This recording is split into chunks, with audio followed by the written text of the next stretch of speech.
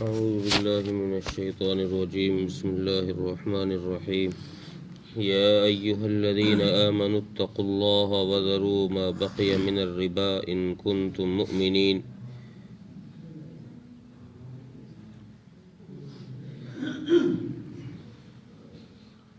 پچھلی آیتوں میں سود کے متعلق ذکر کیا گیا تھا، اس کی برائی اور اس کی قباحت کو بیان کیا گیا، اور سود خور کے حالات کا ذکر کیا گیا کہ سود خور اپنی قبر سے قیامت کے دن کس طرح اٹھے گا۔ پھر اللہ تبارک و تعالی نے سود نہ لینے والے یعنی ایمان والے اور زکوٰۃ ادا کرنے والے کے متعلق فرمایا کہ ان کے لیے ہم اپنے پاس اپنے خزانے میں اجر جمع کر رہے ہیں، اکٹھا کر رہے ہیں، ان کو دنیا کے چھوٹ جانے پر کوئی غم نہیں ہوگا۔ اس آیت میں اب اللہ تبارک و تعالی نے جب چونکہ ایک ماحول بنا دیا، ایک ذہن بنا دیا، کسی برائی سے چھڑانے کے لیے پہلے انسان کو اس برائی کے متعلق کچھ ایسی چیزیں بٹھانی پڑتی ہیں جس سے انسان سوچ لے کہ ہاں یار چھوڑنی چاہیے، اس کے کرنے میں نقصان ہو رہا ہے۔ اس کے ذہن میں اس کی برائی اور اس کی خباثت کو بٹھایا جاتا ہے۔ تو اللہ تبارک و تعالیٰ نے پہلے ربا یعنی سود کی خباثت بیان کی، لوگوں کے ذہن کو بنایا، اور پھر اب اس آیت میں اللہ تبارک و تعالیٰ فرما رہے ہیں کہ ایمان والو، اب جو سود رہ گیا ہے، جو تم نے دے رکھا ہے ایک دوسرے کو، اس کو چھوڑ دو، اب اس کو لینے کی ضرورت نہیں ہے۔ اور پھر اس آیت میں چونکہ یہ حکم ذرا مشکل ہے، دنیا کی چیز کو، دنیا کے مال و متاع کو چھوڑنا کوئی آسان چیز نہیں ہے۔ دنیا کو حاصل کرنے کے لیے تو لوگ جان تک کی بازیاں لگا دیتے ہیں، دوسروں کی جانیں لے لیتے ہیں چند پیسوں کے لیے۔ تو یہ دنیا کا چھوڑنا ایک مشکل کام تھا، اس لیے اللہ تبارک و تعالیٰ نے اس میں سب سے پہلے تو یہ فرمایا کہ اے ایمان والو، یعنی میری ذات کو ماننے والو، جو مجھ پر یقین رکھتے ہو وہ اور ان کے دل کے اندر میرا خوف ہے، وہ یہ جانتے ہیں کہ میں سزا بھی دوں گا اگر نافرمانی کریں گے اور اس کام کو نہ چھوڑیں گے تو میں اس پر عذاب دوں گا، تو ان کو چاہیے کہ وہ یہ کام چھوڑ دیں۔ تو اس آیت سے پتہ یہ چل رہا ہے کہ صحابہ اکرام رضوان اللہ علیہم اجمعین نے سود کی حرمت کو جس وقت سنا تھا، یعنی پہلے جو یہ آیت نازل ہوئی تھی الذین لا یاکلون الربا، جب یہ آیت نازل ہوئی تو اسی وقت صحابہ نے سود کو چھوڑ دیا تھا، لیکن صرف اس کو عمل کو چھوڑا تھا۔ اب جو مال ادھر ادھر ایک دوسرے کو دے رکھے تھے یا کسی کے لے رکھے تھے تو ان کا بھی تو وصول کرنا تھا۔ معارف القرآن کے اندر مفتی شفیع صاحب نے لکھا ہے کہ دو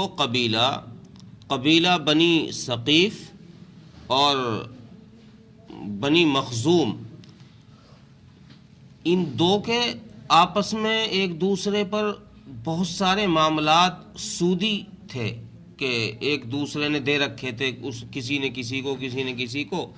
تو ان دو قبیلوں میں سے قبیلہ مخزوم جو ہے، یہ مدینہ منورہ پہنچنے کے بعد رسول اللہ صلی اللہ علیہ وسلم جب ہجرت کر کے مدینہ منورہ گئے تو یہ لوگ اسلام کی دعوت سے متاثر ہو کر، اسلام سے متاثر ہو کر مسلمان ہو گئے، قبیلہ مخزوم والے۔ جب یہ مسلمان ہو گئے، ادھر یہ سود کی حرمت نازل ہو گئی، اس میں روک دیا گیا کہ اب تم سود نہیں لے سکتے، سود نہیں کاروبار نہیں کر سکتے، اور یہ آیت کریمہ جب یہ نازل ہوئی یا ایھا الذین آمنوا اتقوا اللہ وذروا ما بقی من الربا، تو پھر مسلمانوں نے اپنے جو ایک دوسرے کے معاملات تھے لینے دینے کے، ان کو بھی ترک کرنے کا اعلان کر دیا، چونکہ صحابہ کرام کی ذات تو مطیع لوگوں میں ہے نا، وہ تھوڑی ہماری طرح کے کوئی بھی حکم آتا رہے حلال کا حرام کا ہمیں تو وہ کام کرنا ہے جو کرنا۔ صحابہ کرام تو حکم سنتے ہی، نبی کا فرمان سنتے ہی اس کے خلاف ذرہ برابر بھی نہیں کرتے تھے، اس کے خلاف کرنے کو صحابہ کی ہمت نہیں تھی۔ اسی لیے تو صحابہ کرام رضوان اللہ علیہم اجمعین کو یہ مقام دیا گیا ہے رضی اللہ عنہم کا۔ تو جب یہ آیت کریمہ نازل ہوئی تو اب قبیلہ بنی ثقیف والوں نے اپنے تقاضے شروع کر دیے مخزوم والوں سے کہ بھائی ہمارے پیسے دو جو تم کو دے رکھے ہیں۔ قبیلہ مخزوم والے جو تھے یہ مسلمان ہو گئے تھے، انہوں نے کہا کہ بھائی اب تو اسلام میں یہ تو کام جائز ہی نہیں ہے، اسلام تو اب کہہ رہا ہے کہ بقیہ جو کسی سے لینا ہے یا دینا ہے اس کو چھوڑ دیا جائے۔ تو یہ شکایت جو ہے، یہ معاملہ حاکم وقت حضرت معاذ رضی اللہ عنہ کے پاس پہنچا۔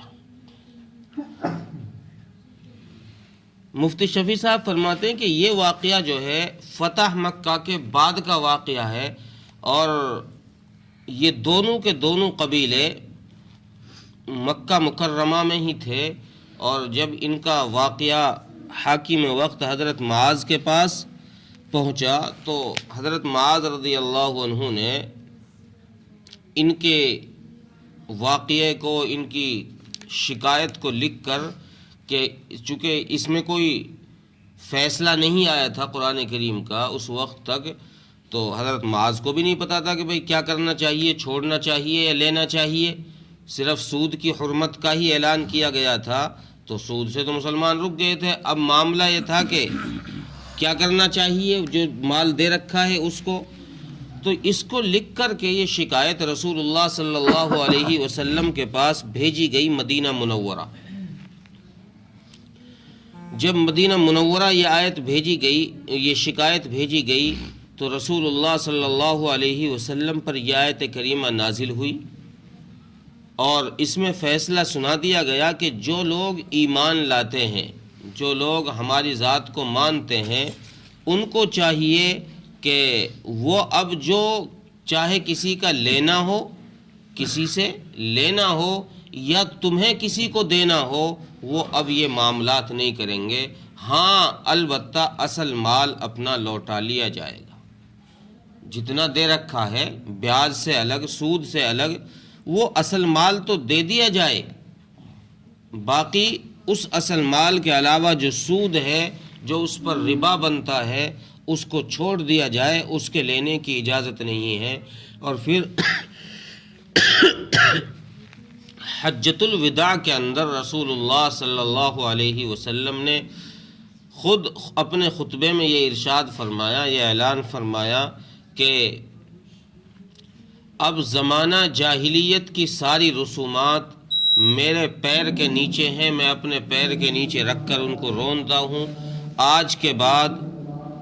کوئی کسی سے بیاج نہیں لے گا، سود نہیں لے گا۔ ہاں صرف سود کے متعلق یہ فرمایا کہ اگر تم توبہ کر لو گے، جو کہ اگلی آیت میں اس کا ذکر ہے کہ اگر توبہ کر لو گے تو سود کا اصل مال جو ہے وہ تمہیں لوٹا لیا جائے گا۔ اس کی اجازت ہوگی کہ بھائی اپنا اصل مال لے لو، جتنے پیسے تم نے دیے ہیں، یہ جو مال تم نے دیا ہے اصل، اس کو تم حاصل کر سکتے ہو۔ اور اگر تم نے توبہ نہیں کی یا تم مرتد ہو گئے، پہلے مسلمان ہو چکے تھے، تم اس سے باز آ رہے تھے، لیکن اب جب تم نے دیکھا کہ اسلام نے تو قانونی یہ نافذ کر دیا، تو اب تم دوبارہ پھرنے لگے، تو اب اسلام کا حکم اس کے متعلق کچھ اور ہے، وہ انشاءاللہ کل ذکر کیا جائے گا۔ اور پھر اس توبہ نہ کرنے والے کے لیے، توبہ نہ کرنے والے کے لیے، اس عمل سے نہ رکنے والے کے لیے رسول اللہ صلی اللہ علیہ وسلم کی طرف سے اور اللہ کی طرف سے بھی اعلان جنگ ہے کہ جاؤ، تمہیں چھوٹ ہے، اب تم آزاد ہو، جاؤ، چاہے جہاں تمہارا جی کرے وہاں چلے جاؤ، تمہیں کھلا چیلنج ہے۔ اب ہم دیکھتے ہیں تمہیں کون بچاتا ہے۔ یہ اللہ تبارک و تعالیٰ کی طرف سے اعلان جنگ سود خور کے لیے ہے۔ کلمہ کفر کے بعد یہ ایک واحد گناہ ہے جس گناہ پر اللہ تبارک و تعالیٰ نے اعلان جنگ کا اعلان فرمایا۔ یہ انشاءاللہ کل ذکر کیا جائے۔ یا ایھا الذین آمنوا اتقوا اللہ وذروا ما بقی من الربا، اے ایمان والو اللہ سے ڈرو اور جو ما بقیہ سود ہے اس کو چھوڑ دو۔ ان کنتم مؤمنین، اگر تم ایمان رکھتے ہو، اگر تم مومن ہو، ہماری ذات کو مانتے ہو تو پھر اس کو چھوڑ دو، اب کوئی لینے کی ضرورت نہیں۔ اللہ تعالیٰ مجھ کو